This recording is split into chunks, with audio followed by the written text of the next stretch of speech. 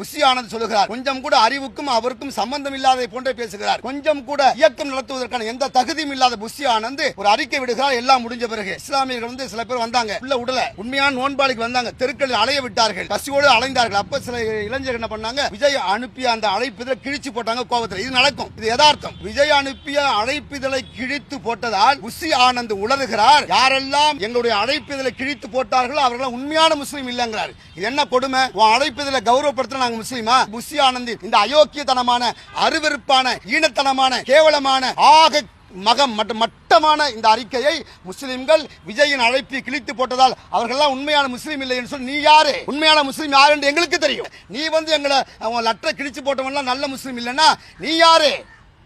நீ நல்லவனா?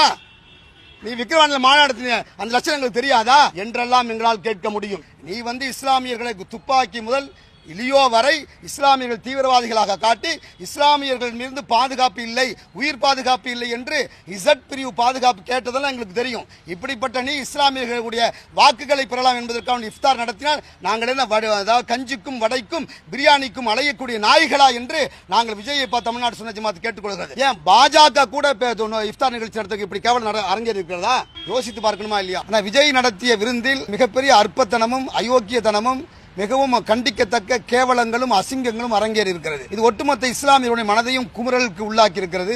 மிகுந்த வருத்தத்தில் இஸ்லாமியர்கள் இருக்கிறார்கள். உண்மையான நோன்பு வைத்தவர்கள் உள்ளே அனுமதிக்கப்படாமல் குடிகாரர்களையும் ரவுடிகளையும் உள்ளே அனுமதித்து உண்மையான நோன்பாளிகள் எல்லாம் தெருக்களில் நடமாட விட்டு நாயை விட கேவலமாக இஸ்லாமிய நோன்பாளிகள் நடத்தப்பட்டதை தமிழ்நாடு சுன்னத் ஜமாத் வன்மையாக கண்டிக்கிறது.